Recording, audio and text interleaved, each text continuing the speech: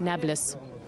The Israeli Prime Minister's fourth term in office was won back in March on the back of a campaign fuelled largely by right-wing and anti-Arabic rhetoric. Just the day before the election, Benjamin Netanyahu said that anyone who allowed the creation of a Palestinian state or the evacuation of settler territory would effectively expose Israel to radical Islamist attacks. Indeed, he posted a video too on his Facebook page with a message that was criticised as racist at the time. שלטון הימין בסכנה. המצביעים הערבים מגיעים בכמויות אדירות לקלפי. עמותות השמאל מביאות אותם באוטובוסים. Now, though, Netanyahu seems to be facing the anger of the very right-wing voters that helped him win. Earlier this week, 2 Jewish homes were demolished after being ruled illegal by Israel's High Court because they were built without permission on private Palestinian land. That enraged far-right Israeli settlers who felt betrayed then by Netanyahu, leading to 2 days of clashes between police and the Israeli settlers. To appease pro-settler parties in his right-wing coalition government, then Netanyahu's now been quick to approve the immediate construction of around 800 new homes in the occupied West Bank and East Jerusalem. Israeli journalist Gideon Levy from the Haaretz newspaper told me the government's pandering, he thinks, to the right, far right, and that's going to come back and haunt them. The closed eye which the government kept toward violence of settlers for many, many months now, burning fields, attacking Palestinians, burning residents and other actions. And very, very few of them were brought to justice. Very, very few were even interrogated. And you know, when you keep one eye closed and when the rhetoric is anti-Palestinian, nationalistic and many times racist, and when you support the settlers again and again to all their needs, this is the outcome. More from the region later too, where human rights groups have lashed out at Israel's new law that allows the forced feeding of prisoners, calling it torture and a violation of medical ethics. The US has slapped more sanctions on Russia over the Ukrainian crisis. Gani Chichakyan asked the State Department what was behind this latest move. What events on the ground in Ukraine have warranted such an update of sanctions? Today's action is there's not new sanctions. This is designed to strengthen existing sanctions. Why now? I mean, new names, new companies added to the list. Again, no specific date or anniversary. It's just we do this all the time this as part. Yes. Sorry, I don't mean the day after Russia's vote at the UN Security Council, could it be in any way related? No. This is I'm not. It's just a way to strengthen existing sanctions. It is unrelated to any other things. Well, as we heard from the State Department, the latest anti-Russian measures then are apparently aimed at closing loopholes in existing sanctions. But take a closer look and you see that more than a dozen new individuals and companies have been added to the blacklist. More details about that then from Gani. U.S. officials say this is simply an update of existing sanctions, and it is not intended to be an escalation or de-escalation of the sanctions. But this is an update that now includes new names and new companies that are said to have violated the existing sanctions regime. This way, 11 individuals were added to the list, as well as 15 Russian companies. The companies include several subsidiaries of a major Russian bank, Bank, and of Russia's oil giant, Rosneft. Both companies were already under sanctions. So we understand that this sanctions upgrade does not come as a response to any new events on the ground in Ukraine, but it does further the punishment of key sectors of the Russian economy, particularly Russia's energy sector. Of course, it's not routine. It's an action of hostility. It's an action of economic warfare, actually, to impose sanctions on another country. The sanctions are linked to the very aggressive policy that the United States government has been carrying out in Ukraine.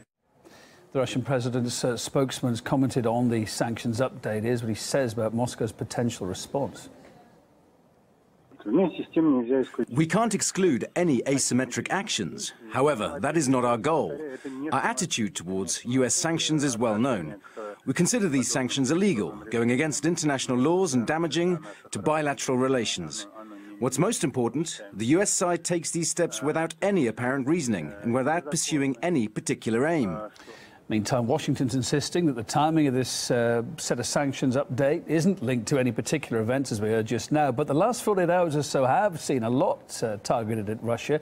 Just a day before the US Treasury's announcement, a resolution on creating a tribunal for the MH17 air tragedy was put before the UN Security Council. That's despite Russia making it clear all along it would veto the draft for being not transparent enough and politicised.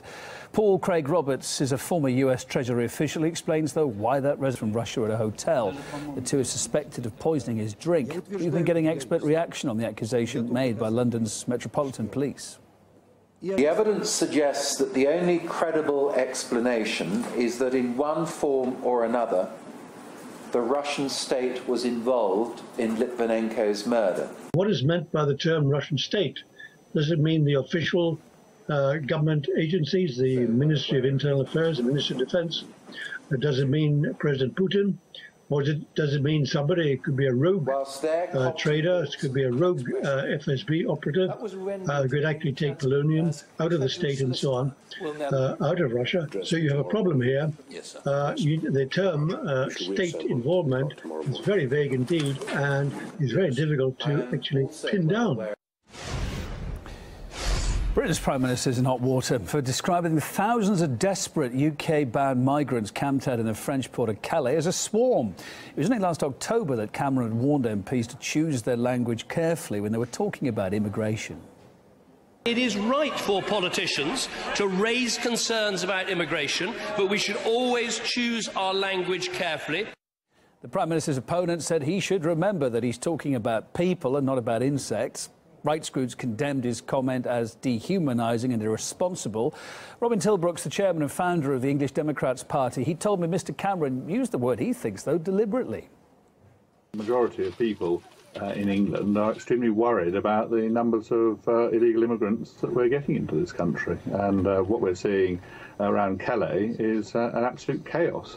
Yeah, but still, you know, the people we're talking about here, was this a slip of the tongue, a diplomatic gaffe?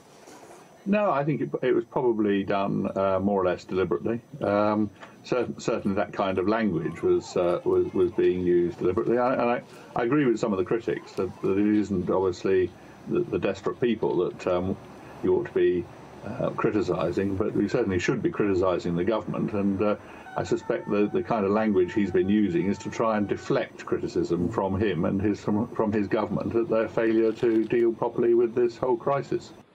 Meantime, in the UK, there are now calls to get the army involved to stop the chaos. RT's Laura Bird Manley pitched that idea to residents on both sides of the channel.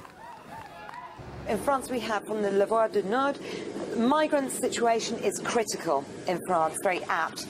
But from British news, Calais send in the army. They're calling for the British boots on the ground to be sent in, maybe to get rid of the migrants or to prevent them from entering into the UK. We also have from the Telegraph, send Gurkhas to halt Calais migrants. So the same kind of rhetoric from most of the headlines from the UK. So we're going to go and find out from locals in the UK whether they agree with this. Well, they brought Britain, virtually the southern England, to a standstill. 2,000 migrants have done that, brought Britain to a standstill, and they, not with their arms or with guns, just being there. It should be stopped right now. I think they should send the troops in. To stop illegals from coming in is a national interest. Yeah. So to protect that, I believe is the army's job. Are the French dealing with it well? No, they should be doing more. You know, realistically, they should be stopping the people coming from Algeria, Africa side, stopping them crossing their country at that border, getting to this border. You know. There seems to be a stark contrast in the views between the people here in Folkestone in Britain and those in Calais in France. Here they say they want to see British boots on the ground, but in Calais the French are vehemently opposed to what they consider to be a possible army invasion, even if it's to control migrants entering into the country. Well, they're taking a rather laissez-faire approach and say they actually don't mind the migrants being there in the first place. We don't need any police, neither English nor French. We don't need that. The migrants don't need that. They need security and health care. That is their right. I do not think British troops should come over here. They've closed their border. I think the British are the problem. They want to be a part of Europe, but they don't do anything. We'll keep you posted on the story. More news coming up after the break, including which country is going to host the Winter Olympics in 2022.